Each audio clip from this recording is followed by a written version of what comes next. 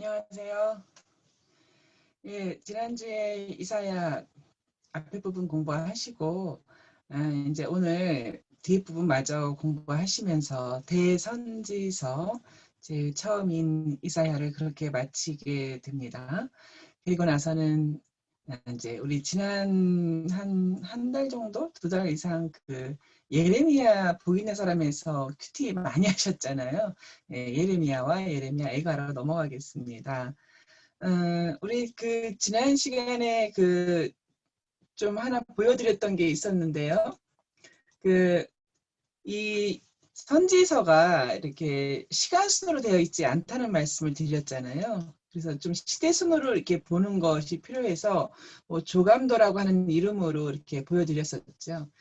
크게 나누면은 포로 전과 포로 이제 이후 이렇게 나뉘면서 포로 시대에 2개 들어가잖아요. 그죠? 포로 시대에 2개, 다니엘, 에스겔 기억하시죠? 포로 후에는 이제 성전을 지어야 된다. 그래서 학계, 스가랴, 말라기 이제 이렇게 되어 있죠. 나머지는 그렇게 5개를 제외하고는 다 포로 전이라고 하는 그 멸망 이전에 다 들어가야 되는데요. 뭐 기억하시나요?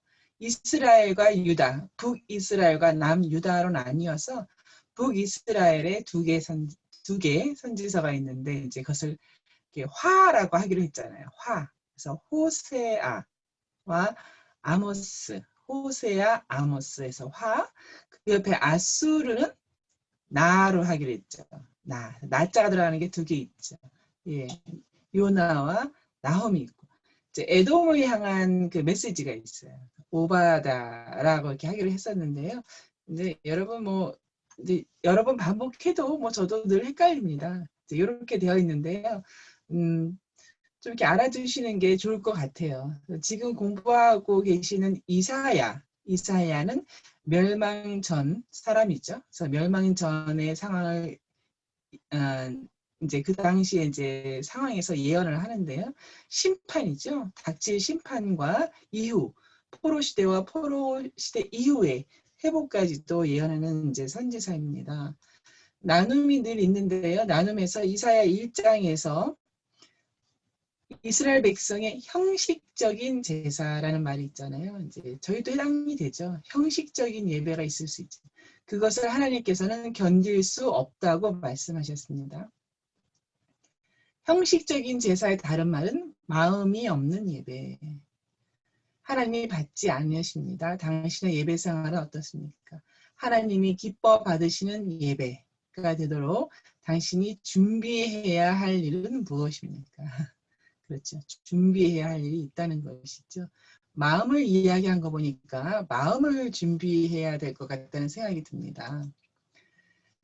이사야 1장에 보면 1장 11절에 보면은 나는 수송아지나 어린 양이나 숫 염소의 피를 기뻐하지 아니한다. 하나님께서 기뻐하시는 것이 있고 기뻐하지 아니하시는 것이 있는데 우리가 그것을 알아야죠. 13절에 보면은 헛된 재물을 다시는 가져오지 말라. 그리고 그렇게 모이는 모든 성회에 대해서는 내가 견디지 못하겠노라. 또 그 밑에는 내가 지기에 곤비하니라 했죠. 15절에 보면 너희가 손을 펼 때 내가 눈을 가리우겠다. 너희가 많이 기도할지라도 내가 듣지 아니하겠다. 이는 너희의 손에 피가 가득하니라. 그렇습니다. 여러분 이렇게 받는 예배, 받지 않는 예배 하면 아마 생각나는 그 창세기 내용이 있지요. 예. 여기 그 아벨과 가인이 있습니다. 창세기에 보면은 이제 가인과 이제 아벨이 제사를 드렸어요. 가인은 농사 짓는 사람이었으니까 땅의 소산으로 이제 제물 삼아서 예배를 드리고, 아벨은 이제 양 치는 사람이었어요. 그러니까 이제 양의 첫 새끼와 기름으로 예배를 드렸어요. 근데 그 다음이 재밌죠. 하나님께서 아벨과 그의 제물은 받으셨으나, 제물만 받고 안 받고가 아니라 아벨과 그의 제물은 받으셨으나 가인과 그의 제물은 받지 아니하신 것이죠. 그렇죠?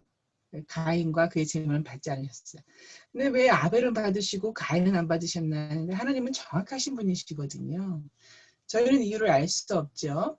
예, 그러나 하나님은 정확하게 아시는 분이시죠. 뭐 외모를 보셨겠습니까? 이제 그건 아닐 것 같고요. 이제 마음의 중심을 보시는 분이시기 때문에 마음의 중심을 보고 계셨죠. 근데 그것을 우리도 조금은 알 수 있는 것은 뭐냐면요. 뭐 어떤 사람들은 이게 뭐 재물이 하나는 저기 뭐 피인 뭐 양이고 하나는 뭐 아니다 그런 얘기도 하는데요. 그것보다도 재물의 뭐 종류에 따라서 하나님께서 뭐 받고 안 받고 그렇게 하실 건 아닌 것 같기도 하고요. 이제 한 가지는 이렇게 가인과 그의 재물을 받지 아니하신 그 상황에서의 가인의 태도를 보면 알 수 있습니다.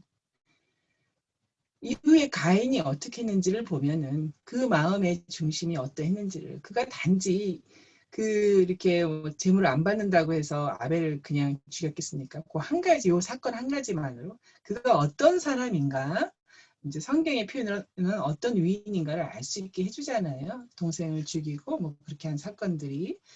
자, 그렇습니다.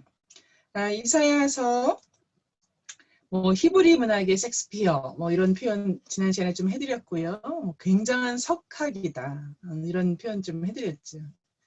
네, 굉장한 석학이자 또 문학 사람의 선지서 글입니다. 그래서 신약의 성경에서 굉장히 많이 인용이 되었다고 말씀을 드렸죠. 그 내용은 구약과 신약이 있다고 좀 말씀을 드렸었잖아요.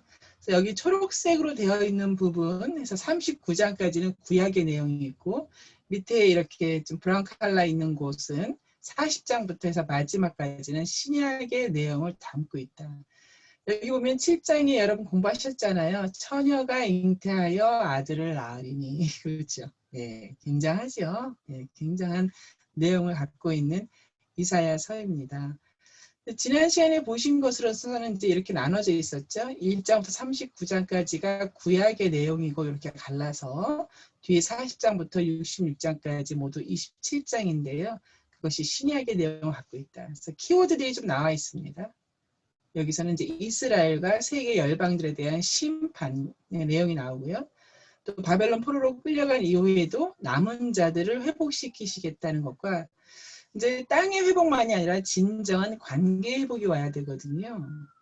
백성과 하나님 사이의 진정한 관계 회복을 위하여서 그렇죠. 여호와의 종, 그죠? 고난받는 종, 예수 그리스도, 참된 중재자가 될 수 있죠.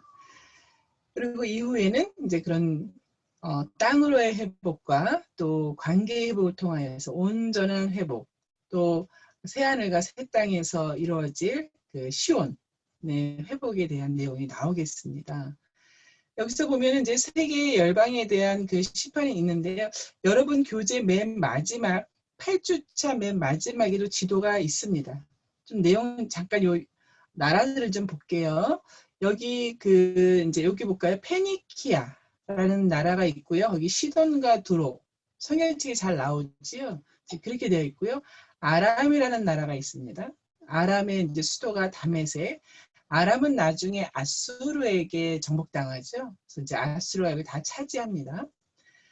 이쪽에 암몬이 있고요. 이제 여기 에돔이 있는데요. 이제 여기 에돔이기라 하기도 하고 여기는 이제 에돔이 조금 더 밑에 있습니다. 여기는 이제 모압이라고 하는데요. 여기는 이제 이렇게 되어 있고요.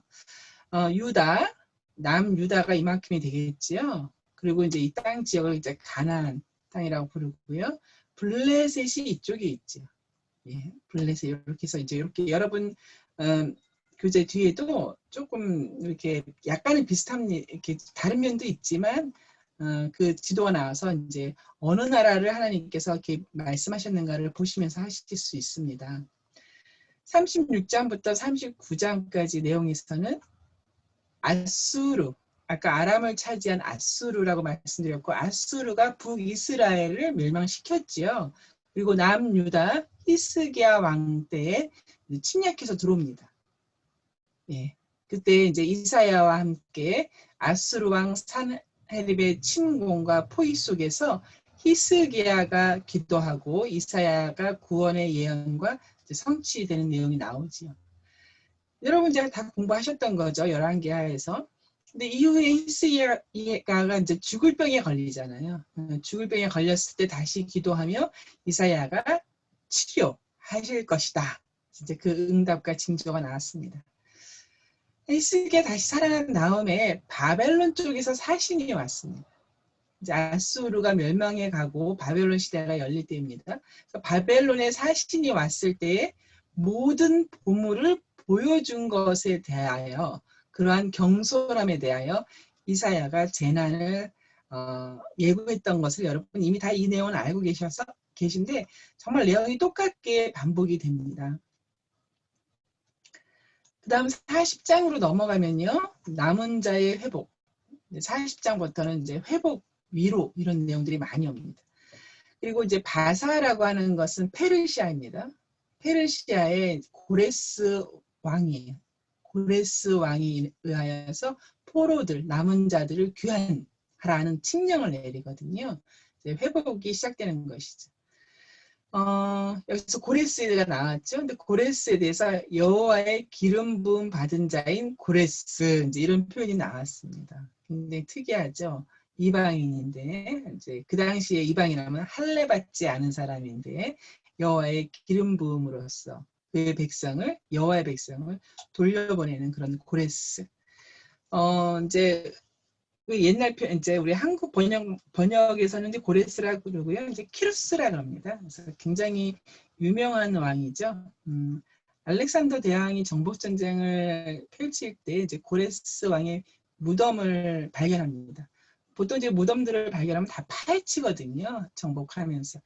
그런데 이제 알렉산더가 자기 옷을 벗어서 그 고레스 무덤에 이렇게 덮어주었다. 뭐 이런 내용이 있어서 모든 왕들의 아버지, 모든 왕들의 왕, 이렇게 불리기도 하는 고레스 이었습니다.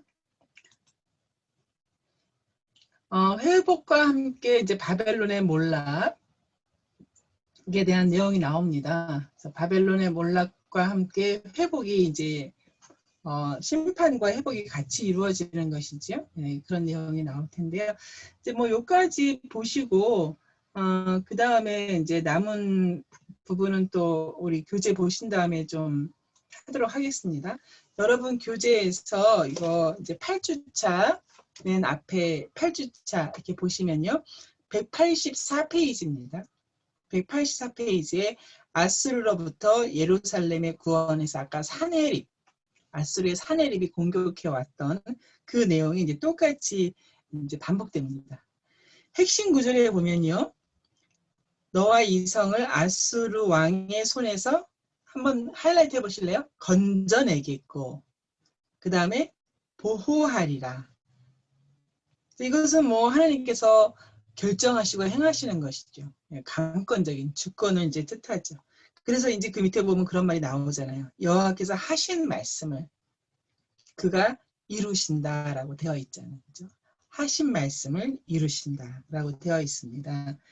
이제 3번 문제, 오른쪽에 3번 문제에서는요, 하나님께서 히스기야의 기도를 들으시고 이사야 선지자를 통해 아수르 왕은 어떻게 될 것이며, 근데 그걸 쓰시는 거예요. 아수르 왕에 대한 예언을 쓰셔야 돼요.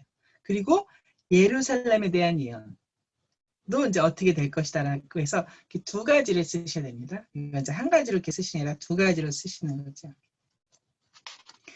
참 우리 히스기야 왕은 기도했습니다. 회개하고 기도했죠.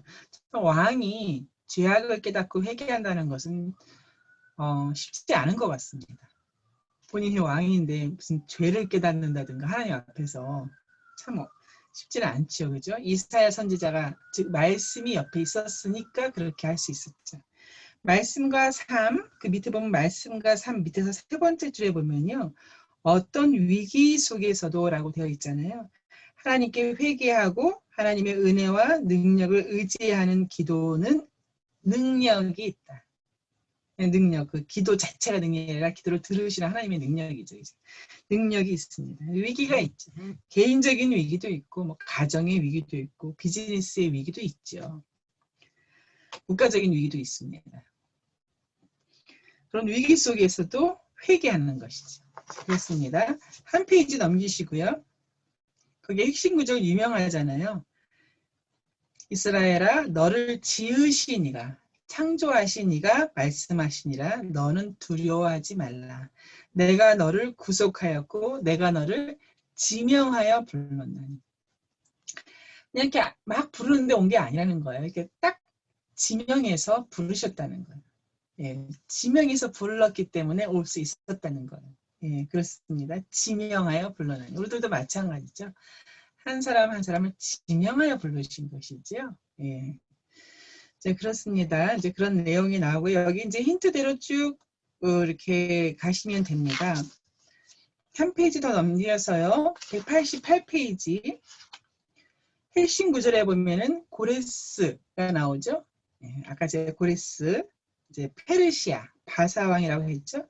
말씀의 숲에서 보면 두 번째 줄에 나오잖아요. 이방 바사의 왕 고레스를 통해서 이제 페르시아죠. 바사가 페르시아라 써놓으시고요.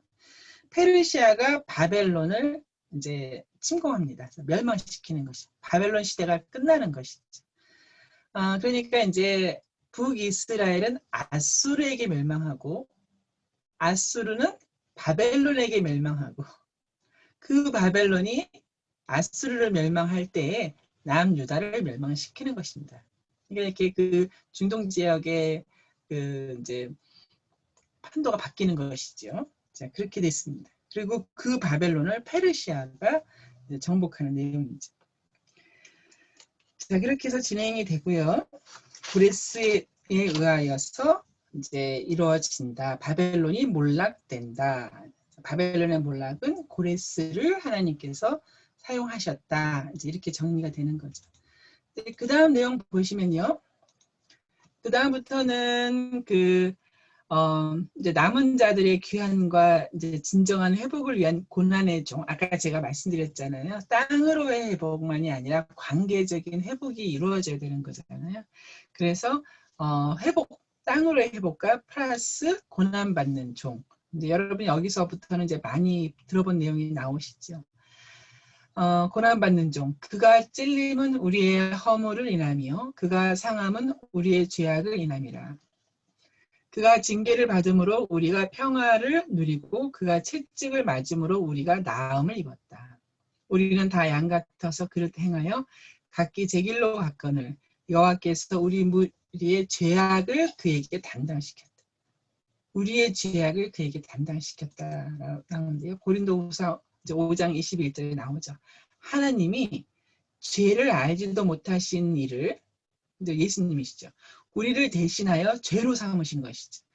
우리의 죄가 예수님께 전가되어서 예수님의 죄가 되고 예수님의 의가 우리의 의로 된 것이죠. 마치 바꾼 것처럼 서로 그렇게 된 거죠.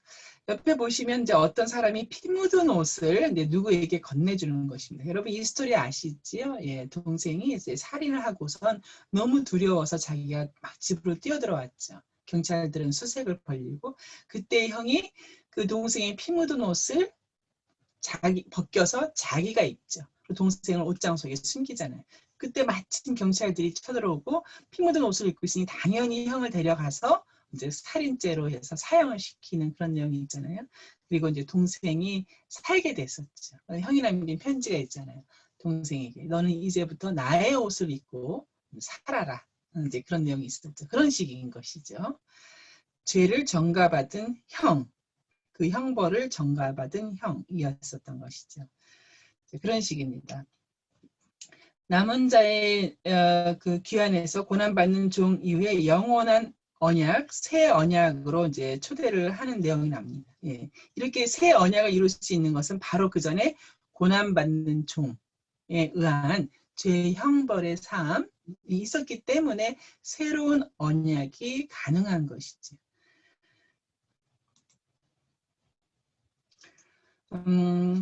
만민이 기도하는 집 많이 들어보셨죠? 예수님께서도 그렇게 이야기하셨죠. 만민이 기도하는 집이라 일컬음을 받을 것이라 이제 그렇게 되었죠. 그 다음에 이 만민이 기도하는 집인데도 불구하고 그 집, 여기서는 예루살렘입니다. 지도자들의 영적인 무지 상태가 어떠한가? 지도자들의 문제점이 있는 거죠. 지도자들이라고 하는 것은 종교 지도자잖아요, 그죠? 예, 제사장들이잖아요. 근데 이제 이들이 그 하나님과의 관계에 대한 회복을 못하는 그런 상황을 고발하는 것이나 마찬가지입니다. 그들에 대해서 파수꾼이라 부르는 그들에 대하여서 맹인이고 이제 벙어리다라고 이제 해놓은 거죠. 그 이유는 탐욕, 본인들의 탐욕인 것에 대해서 자기 이익만을 추구하는 것에 대해서 이제 그렇게 표현을 했죠. 그러니까 이제 그 관계를 회복시킬 제사장, 참 제사장, 관계를 회복시킬 그런 지도자가 없는 거예요. 하나님께서는 경건한 자를 인정하시고 하나님께서 기뻐하시는 금식이 무엇인지에 대한 내용이 나오는데요. 하나님께서 기뻐하시는 금식은 흉악의 결박을 풀어준다는 얘기는 누군가의 결박을 풀어주는 거잖아요. 그죠? 예. 멍해줄을 끌어주며 압제당하는 자를 자유케 하며 모든 멍해를 꺾는 것. 4개의 단어가 나왔죠. 풀어주고 끌어주고 자유케 하며 꺾는 것, 멍해를 꺾는 것이 아니다. 같은 상황을 다르게 표현한 것이죠.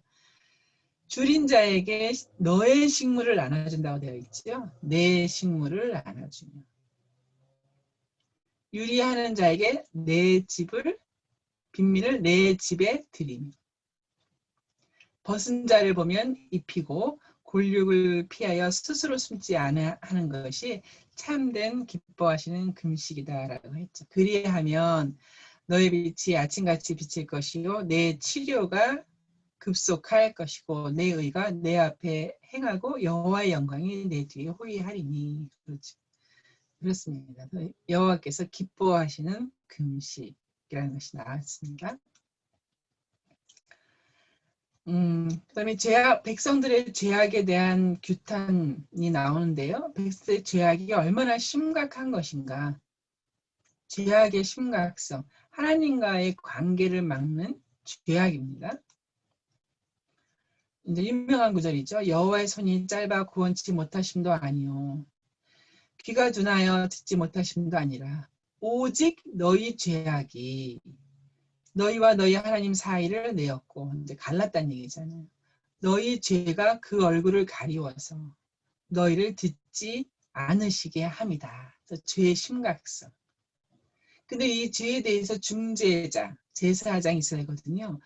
사람이 없음을 보시며 중재자 없음을 이상히 여기셨다라고 되어 있는데요. 그 원어는 어찌할 바를 몰라셨다라는 뜻입니다. 중재자가 없으니까 이제 어찌할 바를 모르시는 거예요. 그 이후에 스스로 구원을 베푸시며 아들을 보내셨잖아요. 그죠?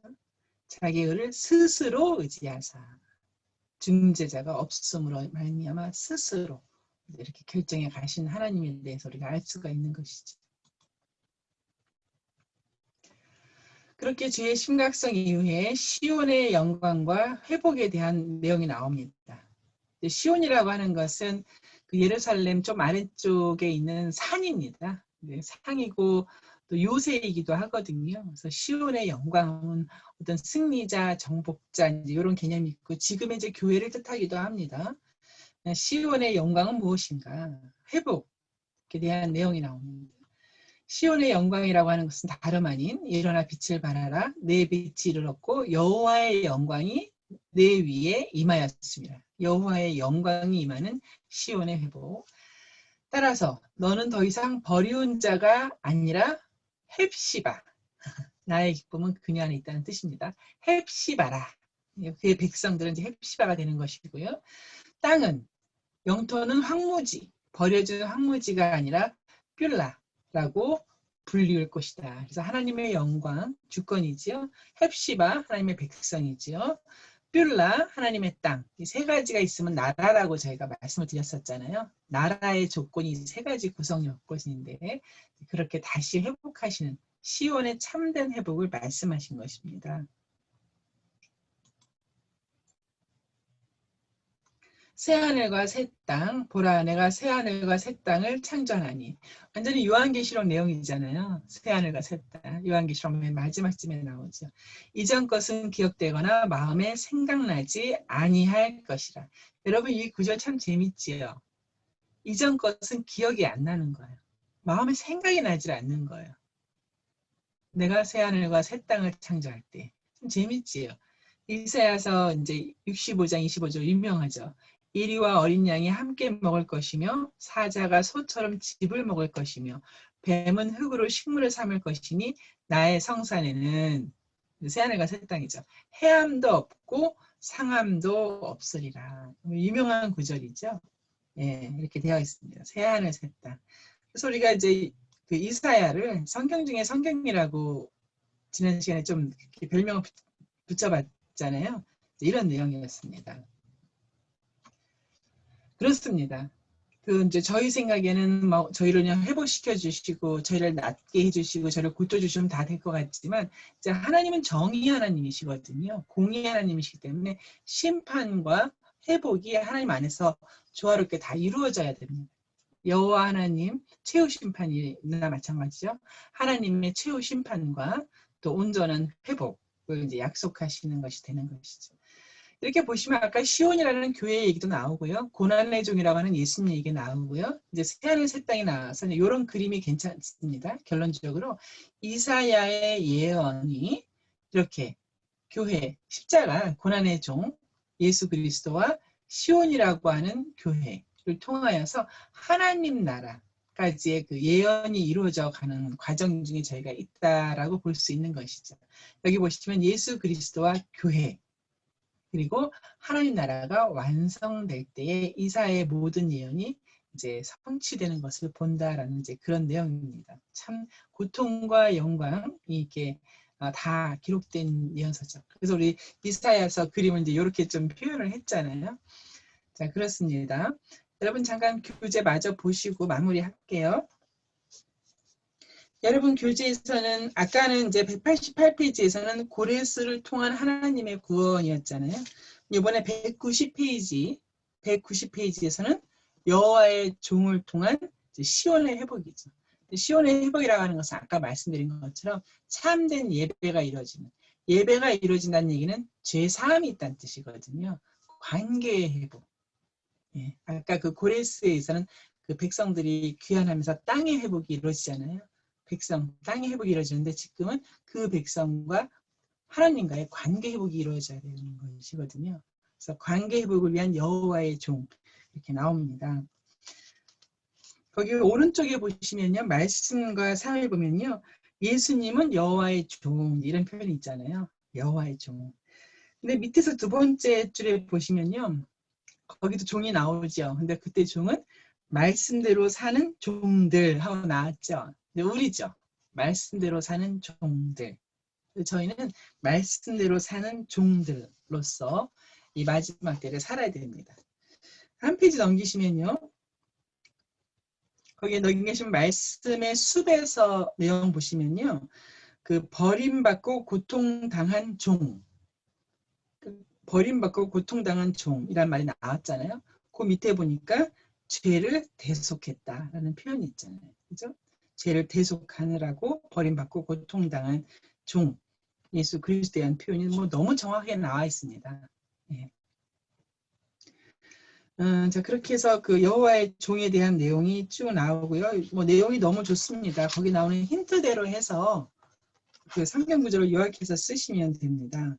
한 페이지 넘기시면 194페이지에 194페이지의 1번에서는 성전을 어떻게 불립니까? 성전을 뭐라고 부릅니까? 아까 얘기했었는데요. 만민이 기도하는 집. 만민이 기도하는 집이다. 교회는 만민이 기도하는 집이다. 라고 되어 있죠.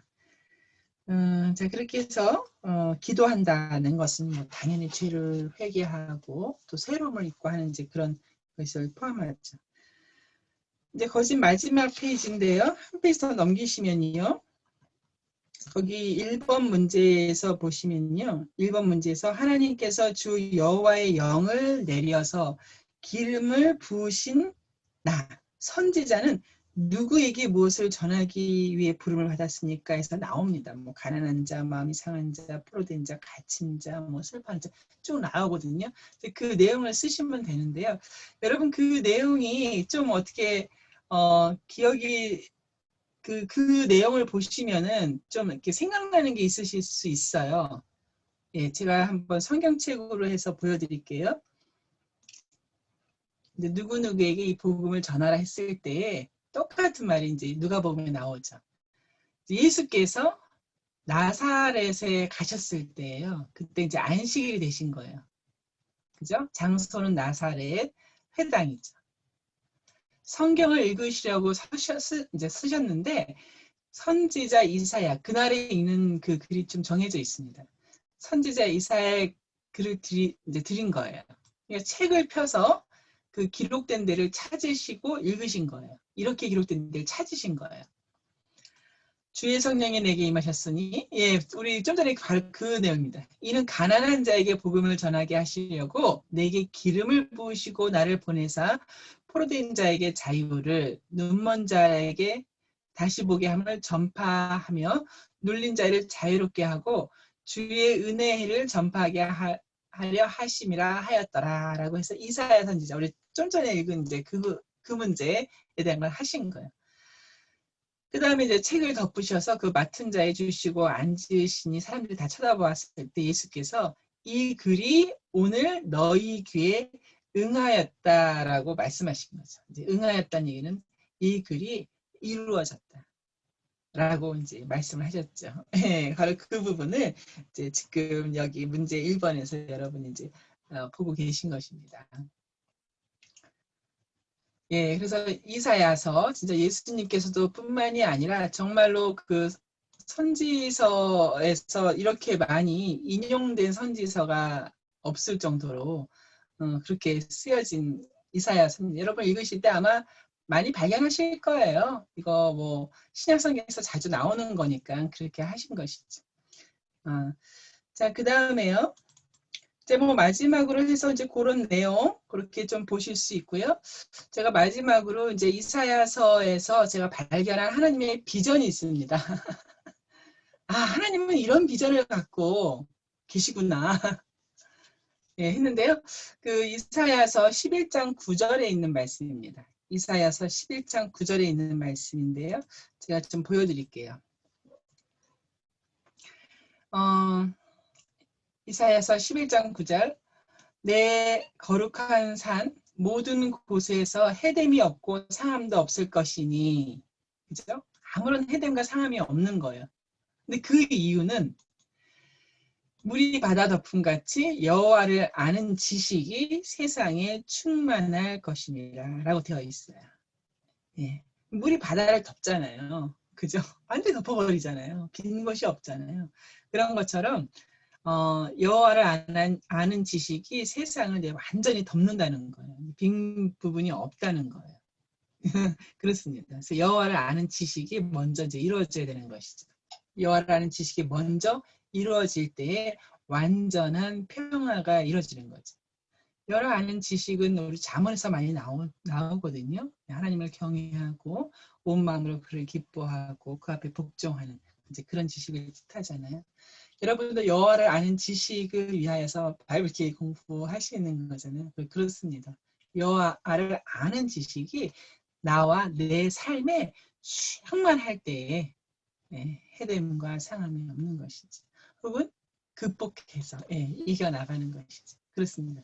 여러분이나 저나 여호와를 아는 지식이 저와 또 내가 선 이곳과 또 내가 사랑하는 사람은 물론이거니와 나를 사랑하는 모든 사람들에게 다 충만하도록 우리 그렇게 같이 노력해 가시기 바랍니다. 여러분 감사합니다.